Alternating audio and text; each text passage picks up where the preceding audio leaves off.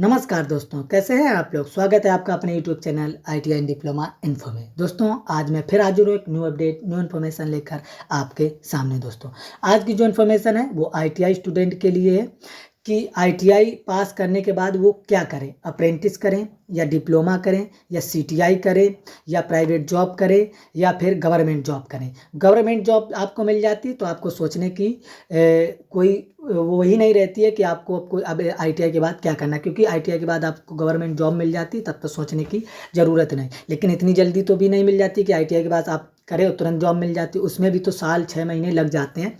तो उसमें आपको बीच में सोचने जो है वो मैं आपको इस वीडियो के माध्यम से सारे डाउट आपको क्लियर करने की कोशिश करता हूँ। जैसा कि आपको पता ही है, यदि आपको नहीं पता है, यदि आप मेरे चैनल पहली बार आए हैं या पहले से भी जुड़े हैं लेकिन आपने चैनल को सब्सक्राइब नहीं किया तो चैनल को जल्द से जल्द सब्सक्राइब कर लीजिएगा, क्योंकि इस चैनल के माध्यम से जो भी न्यू वैकेंसी, अप्रेंटिस या जॉब निकलती है उसकी सबसे पहले अपडेट आपको इस चैनल के माध्यम से देखने को मिलेगी। तो इसलिए आप चैनल को सब्सक्राइब किए रहेंगे तो कोई भी अपडेट, कोई भी इंफॉर्मेशन से वंचित नहीं रहेंगे। साथ में वैकेंसी से जुड़ी admit card, merit list, joining letter, call letter, result, इस तरीके की जो भी ऑफिशियल अपडेट आती है वो भी आपको देखने के मिलेगी। साथ में दोस्तों वैकेंसी से जुड़ी जो भी स्टडी मटेरियल और क्वेश्चन पेपर होते हैं वो भी आप फ्री ऑफ कॉस्ट आपको इस चैनल के माध्यम से प्रोवाइड किए जाते हैं। तो इसलिए आप चैनल को ज़रूर से ज़रूर सब्सक्राइब कर लीजिए और इस वीडियो को अपने दोस्तों तक शेयर कीजिए ताकि उनके भी डाउट क्लियर हो सके। मैं इस वीडियो में मैं ITI के डाउट क्लियर करने वाला हूँ। ITI पास स्टूडेंट के लिए सिर्फ एक ही डाउट क्लियर करूंगा कि ITI के बाद अप्रेंटिस करें या ना करें। नेक्स्ट वीडियो में बता दूंगा कि ITI के बाद डिप्लोमा करें या ना करें। फिर मैं एक और वीडियो आपको प्रोवाइड करवा दूंगा कि ITI के बाद प्राइवेट जॉब या CTI करें या ना करें, क्या फ़ायदा, ये सब मैं आपको क्लियर कर दूंगा। तो लेकिन अभी मैं बताना चाहूँगा कि ITI के बाद अप्रेंटिस करें या ना करें, और करें तो क्या फ़ायदे हैं, ना करें तो क्या फ़ायदे हैं, इस तरीके की जो भी इंफॉर्मेशन है मैं सारी आपको क्लियर कर दूंगा। दोस्तों ITI पास होने के मतलब ITI के बाद क्या करें, यह कोई आम सवाल नहीं है। यह एक डिसाइड करता है कि आपका फ्यूचर कैसा होगा, आपका करियर कैसा होगा। इसी सवाल का जवाब डिसाइड करते हैं इस वीडियो में। आपको सारे जो आपके डाउट हैं वो मैं क्लियर करने की कोशिश करता हूं इसी वीडियो में कि ITI के बाद अप्रेंटिस करें या ना करें, क्या करें। ये बहुत सारे ITI स्टूडेंट के अंदर सवाल रहता है। यदि दोस्तों आपसे पूछा जाए कि ITI पास होने के बाद आप क्या करना चाहते हैं, क्या क्या गोल हैं आपके, क्या आप किस मतलब विभाग में या किस तरफ आप जाना चाहते हैं, तो ये सारे मतलब जो ज़रूरी सवाल हैं मैं आपके वो क्लियर कर दूंगा। ITI के बाद क्या आपके पास ऑप्शन है, कहाँ पर आप जा सकते हैं, किस में आप क्या कर सकते हैं, अप्रेंटिस कर सकते हैं, क्या क्या ITI पास होने के बाद आपके पास कौन कौन से ऑप्शन है, वो भी मैं आपको सारी क्लियर कर दूंगा। जैसा कि दोस्तों आप देख सकते हैं ITI पास होने के बाद क्या क्या आपके पास ऑप्शन है। जैसे मैं बताने की कोशिश करता हूँ, ITI के बाद आपके पास अप्रेंटिसशिप करने का ऑप्शन है, प्राइवेट जॉब करने का ऑप्शन है, CTI करने का ऑप्शन है, डिप्लोमा करने का ऑप्शन है और गवर्नमेंट जॉब करने का ऑप्शन है। साथ में आप कोई भी या फिर आप बिजनेस भी कर सकते हैं। ये बहुत सारे आपके पास ऑप्शन है। तो दोस्तों आप YouTube पर बहुत सारे आपको वीडियो देखने को मिलेंगे कि ITI के बाद क्या करना है, क्या नहीं करना है। तो इस पर बहुत सारे मैं इस वीडियो में बहुत आपको क्लियरली और अच्छे से समझाने की कोशिश करूँगा, तो आप बिना स्किप किए वीडियो को अच्छे से समझेंगे और उसके बाद ही आपके कोई भी डाउट आपके नहीं रहने वाले हैं। ये वीडियो का आपके अंदर दावा है। बाकी मैं अब आपको अच्छे से और समझाने की कोशिश करता हूँ। दोस्तों ITI पास होने के बाद आप क्या क्या कर सकते हैं ये भी आपको मैं क्लियरिटी आपको बता देता हूँ। पहले मैं बात करता हूँ ITI के बाद यदि आप दोस्तों अप्रेंटिस करते हैं, जैसे कि मैं बता दे रहा हूँ, यदि आप ITI के बाद अप्रेंटिस करते हैं तो मैं बता दूँ कि यदि आप ITI करते हैं तो ITI में जो ITI के बाद यदि आप अप्रेंटिस करते हैं तो उसमें जो उम्र होती है यानी एज होती है वो 18 से 24 साल एज मांगी जाती है ज़्यादातर सभी अप्रेंटिस विभागों, जो भी अप्रेंटिस विभाग जो निकालते हैं अप्रेंटिस उनमें। उसके बाद आपकी एज 18 से 24 साल होनी चाहिए। ओबीसी वालों को वो 3 साल की छूट दे देते हैं और एससी एसटी वालों को 5 साल की छूट देते हैं। तो इस तरीके से अगर आप देखा जाए तो यदि आप ओबीसी के हैं तो आपको अगर एज रिलेशन में भी दिया जाएगा तो आपको 27 साल की छूट मिल जाती है दोस्तों। तो इस तरीके से यदि आप एससी या एसटी वाले हैं तो आपको 29 साल यानी 5 साल की छूट होने के बाद आपको 29 साल तक की आपको उसमें देखने को मिल जाएगा दोस्तों, कि 5 साल तक मतलब 29 साल तक आप इसमें अप्रेंटिस करने के एलिजिबल हैं। बाकी दोस्तों अब बात करते हैं कि अप्रेंटिस करनी चाहिए तो किस विभाग से करनी चाहिए। रेलवे से मैं पहले बता देता हूं कि यदि आप अप्रेंटिस करना चाहते हैं और आपको कुछ परसेंट का जैसे छूट कोटा मिलता है तो उसमें मैं आपको बता दूं कि सबसे पहले तो आप अप्रेंटिस करें तो आप रेलवे में जाइए, रेलवे से अप्रेंटिस कर सकते हैं, या कोई स्टील प्लांट हो उससे आप अप्रेंटिस कर सकते हैं, या जो डॉक यार्ड होता है उससे आप अप्रेंटिस कर सकते हैं, शिप यार्ड से कर सकते हैं, या फिर कोई गवर्नमेंट जो भी कंपनियां होती हैं उससे भी आप यानी कि आप अप्रेंटिस कर सकते हैं, जैसे HL, BHL और इसरो, DRDO और भी बहुत सारे हैं, जैसे स्टील प्लांट है। ये तो मैंने स्टील के बारे में बता ही दिया, स्टील प्लांट को भी। तो इस तरीके सेल, इस तरीके की काफ़ी कंपनियां, तो वहाँ से भी आप अप्रेंटिस कर सकते हैं दोस्तों। तो बाकी बात करता हूँ कि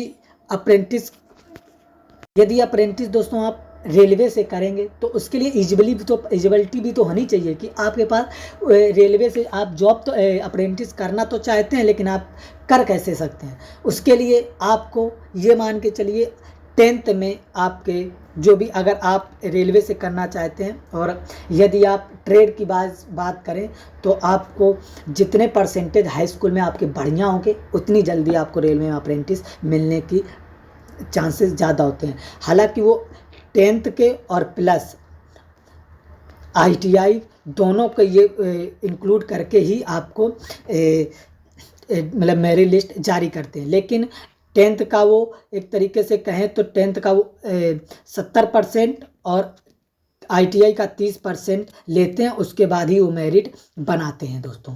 तो ये तो हो गई रेलवे की बात। तो और सभी में ज़्यादातर जो भी अप्रेंटिस निकलती है उसमें ज़्यादातर सभी में मेरिट लिस्ट पर ही ज्वाइनिंग लेते हैं दोस्तों। तो अब बात होती है कि यदि मैं अप्रेंटिस कर लेता हूं तो अप्रेंटिस 1 साल की होती है, ज़्यादातर सभी जो भी हैं 1 साल की अप्रेंटिस होती है। उसके बाद कंपनी आपको सर्टिफिकेट दे के बाहर कर देती है। ये भी है कि आप कोई भी कहीं से भी अप्रेंटिस करने, कोई भी कंपनी आपको ये दावा नहीं करेगी कि आपको अप्रेंटिस करने के बाद आपको वहीं पर परमानेंट जॉब दे दे, कोई भी ये दावा नहीं करती है। तो आपको 1 साल की अप्रेंटिस देगा, सर्टिफिकेट दे देगा, अप्रेंटिस करवाएगा 1 साल की और क्या सर्टिफिकेट देगा, उसके बाद आपको बाहर कर देगा।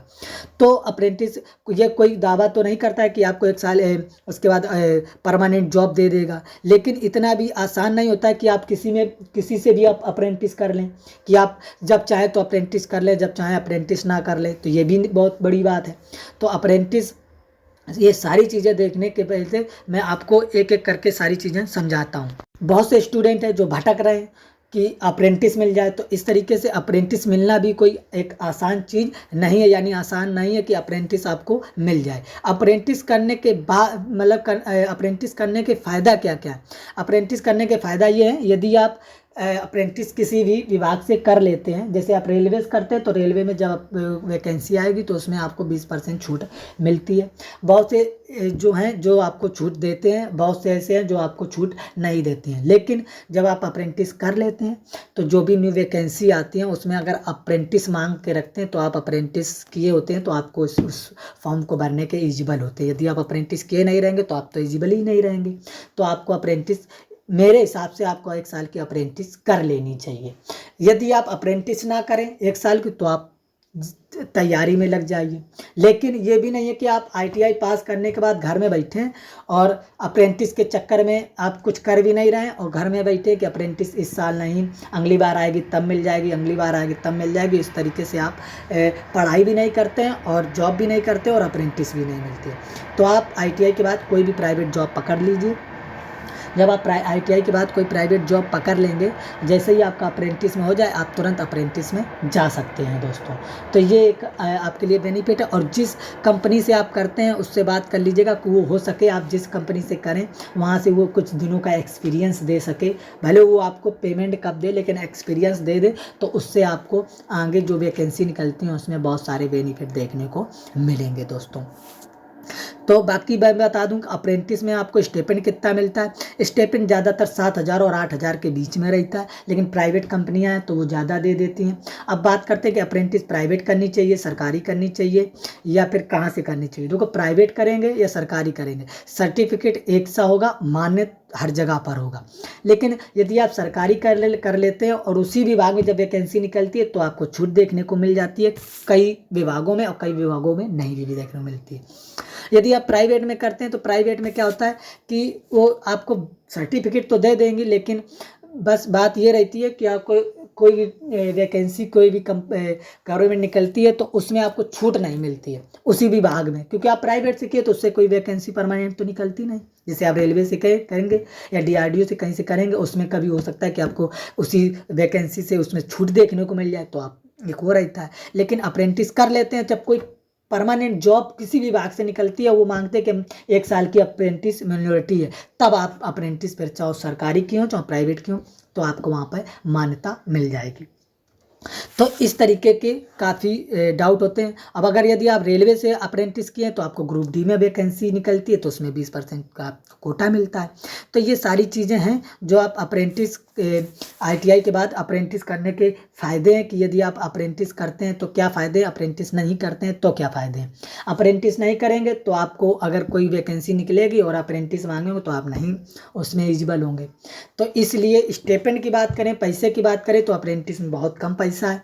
लेकिन बात करें ITI के बाद, तो आप ITI के बाद अप्रेंटिस आपको कर लेनी चाहिए। तो ये डाउट था। तो लेकिन दोस्तों ऐसा भी बहुत है कि लोग ITI के बाद अप्रेंटिस भी किए हैं, लेकिन अभी तक उनकी कहीं जॉब नहीं लगी है। तो ये सारे डाउट है, ये नहीं कि ITI के बाद आप अप्रेंटिस कर लेते हैं तो आपकी जॉब पक्की है, ऐसा बिल्कुल नहीं है। ये भी नहीं है कि आप ITI नहीं करते हैं उसके बाद आपकी जॉब पक्की है, ऐसा भी नहीं है। बस आपके पास एक सर्टिफिकेट हो जाता है, और जब ITI के बाद यदि आप अप्रेंटिस कर लेते हैं, और जब ITI के बाद जब भी कोई वैकेंसी निकलती है और उसमें अप्रेंटिस मांगे रहते हैं तो उसके लिए आप एलिजिबल हो जाते हैं। और या फिर आप कोई सरकारी डिपार्टमेंट से आप अप्रेंटिस किए होते हैं, उसमें जब वैकेंसी निकलती है और वैकेंसी में आपको देखने को मिलता है कि आपको 20% कोटा है, 10%, 5% कोटा दिया जा रहा है, तो उसमें आपको बेनिफिट देखने को मिलता है। बस इतना ही होता है। और साथ में आप कहीं से अप्रेंटिस करते हैं अच्छे जगह से, तो हो सकता है आपको उसमें एक्सपीरियंस यानी कि वर्कशॉप का, जिसे आप कहें प्रैक्टिकली आपको एक्सपीरियंस भी देखने को मिल जाता है। एक्सपीरियंस मिलेगा नहीं, लेकिन आप करेंगे तो वहाँ पे एक्सपीरियंस यानी आपको नॉलेज बढ़ेगी, ये हो जाता है। तो ये बहुत सारे बेनिफिट हो जाते हैं ITI पास होने के बाद यदि आप अप्रेंटिस कर लेते हैं तो। लेकिन अप्रेंटिस मिलना बहुत बड़ी मुश्किल की बात है। तो यदि आप मेरे चैनल पर जुड़े हैं तो आपको पता होगा पल पल की अपडेटें आती रहती हैं, जो भी अप्रेंटिस निकलती है उसकी अपडेट आपको तुरंत के तुरंत मिल जाती है। तो इसलिए आप चैनल को जरूर सब्सक्राइब करेंगे, तो जो भी अप्रेंटिस के बाद जो भी अप्रेंटिस निकलेगी तो उसमें आप फॉर्म को फिलअप कर पाएंगे। यदि और भी कोई डाउट हो तो आप बता दीजिएगा, मैं क्लियर कर दूंगा। हो सकता है कि मैंने सारे डाउट अभी आपके क्लियर ना कर पाऊँ, क्योंकि एक वीडियो में सारे डाउट क्लियर करना बहुत मुश्किल है, क्योंकि वीडियो फिर बहुत लंबा हो जाता है और आपको बोरिंग भी समझ में आने लगता है। तो मैं अगले वीडियो में आपको बता दूंगा ITI के बाद प्राइवेट जॉब करनी चाहिए या फिर डिप्लोमा करनी चाहिए। बाकी मैं प्राइवेट को तो इसी में क्लियर कर देता हूँ कि ITI के बाद आप अगर प्राइवेट जॉब करना चाहते हैं तो कर सकते हैं, लेकिन अगर आप वो कब तक कर सकते हैं, जब तक आपकी अप्रेंटिस ना लग रही हो। यदि आप अप्रेंटिस करना चाहते हैं तो आप प्राइवेट की तरफ चले जाइए। मतलब मेरा बात समझिएगा, यदि आप ITI पास हो गए और आप अप्रेंटिस करना चाहते हैं, अप्रेंटिस के फॉर्म डालिए। आप तब तक घर पे ना बैठ के आप कोई भी प्राइवेट जॉब पकड़ लीजिए, ताकि आपके पास पैसा भी बना रहे और साथ में अप्रेंटिस आए तो उसके बाद अप्रेंटिस उसमें छोड़कर आप उसमें जा सकें। लेकिन यदि आप अप्रेंटिस नहीं करना चाहते हैं तो आप प्राइवेट जॉब अभी ना पकड़िए, पहले आप तैयारी कीजिए और एक सरकारी जॉब पाने की कोशिश कीजिए। आपने अप्रेंटिस की है तो ITI किया है, तो ये तो नहीं है कि आप प्राइवेट जॉब पाने के लिए किया है। जब आपने ITI किया तो 1-2 बार आप सरकारी जॉब पाने की कोशिश कीजिए। जब आपको लगे कि नहीं करता पा रहा है, तब आप कोई जॉब या कोई प्लेसमेंट पकड़िए। ये मेरा ओपिनियन है। बाकी आपको इतना समझदार है कि आपको क्या करना है। मुझे एक सिर्फ राह आपको दिखानी है कि क्या करना है, क्या नहीं करना है ITI के बाद। वीडियो अच्छा लगा हो तो लाइक कर दीजिएगा, वीडियो अच्छा ना लगा हो तो डिसलाइक जरूर कर दीजिएगा। बाकी दोस्तों, मैं अगले वीडियो में आपको बता दूंगा कि ITI करने और ITI या डिप्लोमा करने के बाद क्या आप CTI करना चाहिए या CTI नहीं करना चाहिए, इस पर भी मैं वीडियो ला दूंगा। और बाकी ITI डिप्लोमा के लिए उनके भी लिए मैं ये भी ला दूंगा, क्या मैं ITI एंड डिप्लोमा के बाद प्लेसमेंट में जाना चाहिए प्राइवेट, या फिर गवर्नमेंट जॉब की तैयारी करना चाहिए। इस तरीके की मैं सारी, और या फिर ITI एंड डिप्लोमा के बाद आपको अप्रेंटिस करना चाहिए या फिर अप्रेंटिस नहीं करना चाहिए, ये भी मैं आपको इस पर वीडियो वाला, हालांकि मैंने ITI वालों के लिए बता दिया, डिप्लोमा वालों के रह गए, क्योंकि बहुत सारे कमेंट आते हैं कि सर इस पर भी एक वीडियो बना दीजिए। तो मैंने आज ITI पास स्टूडेंट के लिए ये वीडियो बनाया है। अगर वीडियो अच्छा लगा हो तो बता दीजिएगा। बाकी और भी जो डाउट हो आप बता दीजिएगा, तो मैं हो सकता हूँ नेक्स्ट वीडियो में आपके वीडियो सारे डाउट क्लियर कर दूँ। आप कमेंट करके पूछ ले सर ये ऐसा करना चाहिए या नहीं करना चाहिए, तो आप कमेंट कर जरूर करिएगा हो, ताकि मैं आप के भी जो मन में चल रहा उस पर भी वीडियो बनाकर आपके क्लियरिफिकेशन दे सकूं और डाउट आपके क्लियर कर सकूं। मेरे अंदर जो भी डाउट था कि इस तरीके के लड़के डाउट पूछते हैं और कहते हैं, तो मैंने वो डाउट क्लियर करने की कोशिश की है। बाकी दोस्तों, मिलते हैं नेक्स्ट वीडियो में। मेरे साथ जुड़े रहने के लिए आपका बहुत बहुत धन्यवाद। लेकिन दोस्तों, चैनल को जरूर से जरूर सब्सक्राइब कर लीजिएगा, ताकि आप ITI डिप्लोमा के स्टूडेंट हैं तो आपको कोई भी वैकेंसी, कोई भी अप्रेंटिस, कोई भी प्लेसमेंट से वंचित नहीं रहने दूंगा, यदि आप मेरे चैनल के साथ जुड़े रहेंगे। और सारी अपडेटें और सारी ऑफिशियल इन्फॉर्मेशन आपको इस चैनल के माध्यम से देखने को मिलेंगी। तो मिलते हैं दोस्तों नेक्स्ट वीडियो में, नेक्स्ट डाउट को क्लियर करने के लिए, और कोई भी वैकेंसी निकलेगी या कोई भी प्लेसमेंट, उसकी भी इंफॉर्मेशन नेक्स्ट वीडियो में लाते हैं आपके सामने। तब तक के लिए अपना ख्याल रखिए और मेरे साथ ऐसे ही जुड़े रहिए।